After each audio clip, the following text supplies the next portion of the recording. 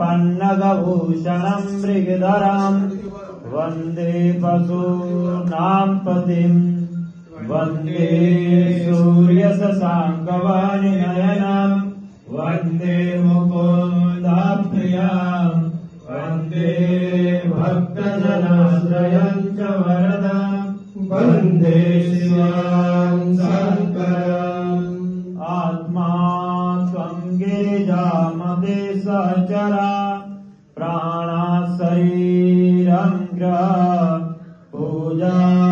ते विषयोपभोगर्चना निद्रा समाधि स्थिति